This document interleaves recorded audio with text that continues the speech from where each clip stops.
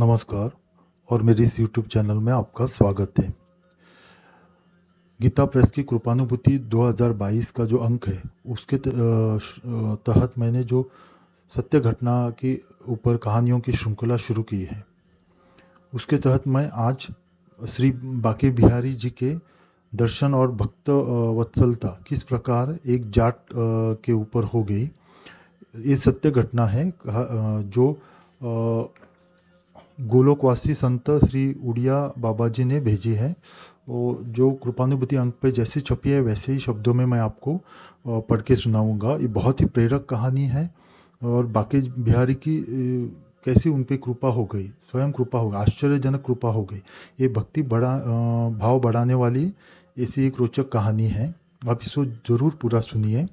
और मेरे आपसे नम्र विनती है कि अगर अभी तक आपने मेरा ये चैनल सब्सक्राइब नहीं किया है तो आप जल्दी से मेरा चैनल सब्सक्राइब कीजिए और बेल आइकन दबाना ना भूलिएगा। और ये जो कहानी सत्य घटना पर मैं लाता हूँ तो ये ज़रूर दूसरों को शेयर कीजिए या सुनाइए, उनको बताइए, अपने मुंह से बताइए, नहीं तो शेयर कीजिए आप, ताकि दूसरों के भी मन में प्रभु के प्रति भक्ति भाव निर्माण हो जाए और उनका भी उद्धार हो जाए। आपके कारण उनका भी उद्धार हो जाए, इसलिए आपको भी पुण्य फल मिलता है। कहानी शुरू करते हैं। ये जैसे मैंने बताया है कि गोलोकवासी संत श्री उड़िया बाबा जी ने भेजी है ये कहानी, उनके जीवन में जो घटी है वो। कहानी का नाम है श्री बाके बिहारी जी के दर्शन और भक्त वत्सलता। तो मैं कहानी उसी शब्दों में सुनाता हूँ, जैसी छपी है वैसी सुनाता हूँ। तो कहानी इस प्रकार शुरू होती है। खैर तहसील में यमुना किनारे किसी गांव में रहने वाला एक जाट मेरे पास आया करता था। वह प्रत्येक पूर्णिमा को वृंदावन जाकर श्री बाके बिहारी जी के दर्शन किया करता था। उसका यह नियम 30-40 वर्ष से चल रहा था। एक बार पूर्णिमा के एक दिन पहले चतुर्दशी को उसके जवान लड़के की मृत्यु हो गई। एक ही लड़का था। सारे गांव में हाहाकार मच गया। वह लड़के की लाश लेके अनेक ग्रामवासियों के साथ यमुना किनारे गया और वहां उसका दाह संस्कार किया। इस कार्य से छुट्टी मिलने पर जब वह लोग लौटने लगे तो वह बोला, भाई जो होना था सो हो गया, आप लोग घर जाए। मेरे तो कल मेरे तो कल पूर्णिमा है। मुझे कल वृंदावन में श्री बाके बिहारी जी की हाजिरी देनी है, सो मैं तो वहीं जा रहा हूँ। उसकी यह बात सुनकर सब लोग कहने लगे, कैसा पागल है, जवान लड़का मरा है, लोग इसके घर आएंगे और यह कहता है मुझे वृंदावन जाना है। ऐसा कहकर लोगों ने उसे बहुत समझाया, किंतु वह अपना सदा का नियम छोड़ने को तैयार न हुआ। बस वह वहीं से वृंदावन चल दिया।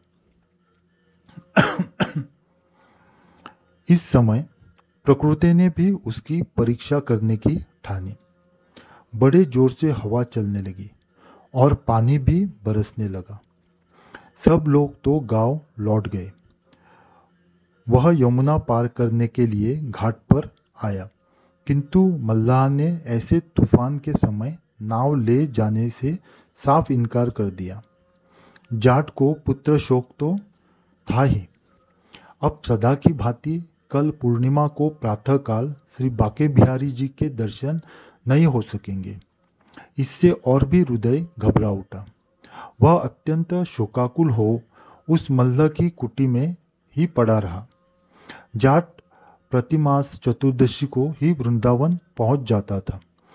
अतः इस ओर बाके बिहारी जी के गोसाई जी ने भी रात के 12 बजे तक उसकी प्रतीक्षा की। जाट ने देखा कि वह वृंदावन पहुंच गया।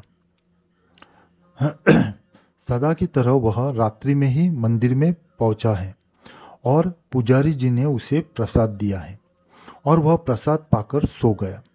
दूसरे दिन जब उसकी आंख खुली तो उसने अपने को वृंदावन की उसी कुटी में पाया जिसमें वह प्रत्येक पूर्णिमा को जाकर ठहरता था। इससे उसे बड़ा आश्चर्य हुआ और वह सोचने लगा कि मैं तो उस पार मल्लाह की झोपड़ी में सोया था, यहाँ कैसे आ गया? फिर उसे रात को पुजारी जी से प्रसाद पाने की याद आई। उसने उनके पास जाके इस विषय में पूछा, तो वे बोले, भाई, मैंने तो तुम्हें प्रसाद नहीं दिया। मालूम होता है यह सब इन बाके बिहारी जी की ही लीला है। उसने कुटिया में जाकर देखा तो वहां प्रसाद के कण और जल आदि भी पड़े थे। प्रभु की ऐसी भक्त वत्सलता देखकर वह विवल हो गया और बोला, हाय, लाला ने बड़ा धोखा दिया। अब वह जाट मर गया है। तो कहानी यहीं तक ख़त्म होती है।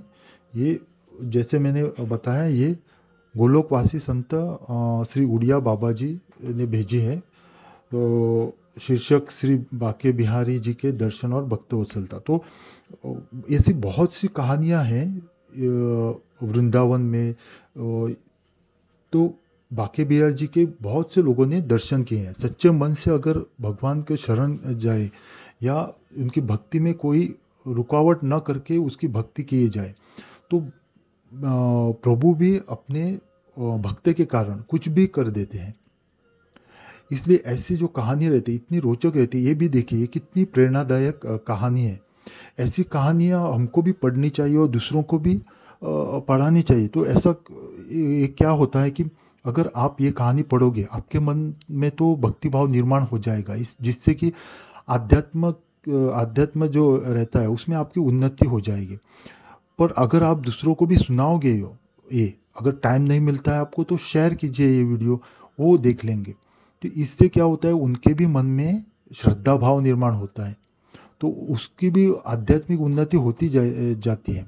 तो इससे आपको लाभ यह मिलता है कि उसने उसको अपनी भक्ति में लगा दिया, भक्ति में आपने उसको ढकेल दिया, इसलिए आपको भी पुण्य फल मिलते हैं। तो बाके बिहारी जी के जो कृपा पात्र हैं वो आप भी बनेंगे, वो तो बनेंगे ही, आप भी बनेंगे। तो ये बहुत ही प्रेरणादायक ऐसी कहानी मैं आगे भी आपके लिए लाता रहूँगा। तो ये भी एक कहानी है। इस ऐसे ही मैं, ये सत्य घटना पर कहानी है। कृपानुभूति अंक जो अगर आप देखोगे 2022 का गीता प्रेस का, तो इतनी अच्छी अच्छी रोचक ऐसी सत्य घटना पर कहानियाँ लिखी हैं कि बहुत ही प्रेरणादायक है। तो ये भी आगे मैं कहानी ऐसी लेते रहूँगा। तो आपसे मेरी नम्र विनती है कि अगर अभी तक आपने मेरा ये चैनल सब्सक्राइब नहीं किया है तो आप जल्दी से मेरा चैनल सब्सक्राइब कीजिए और बेल आइकन दबाना ना भूलिएगा। मैं आपका बहुत आभारी रहूँगा। आपका कल्याण हो। ओम नमः शिवाय।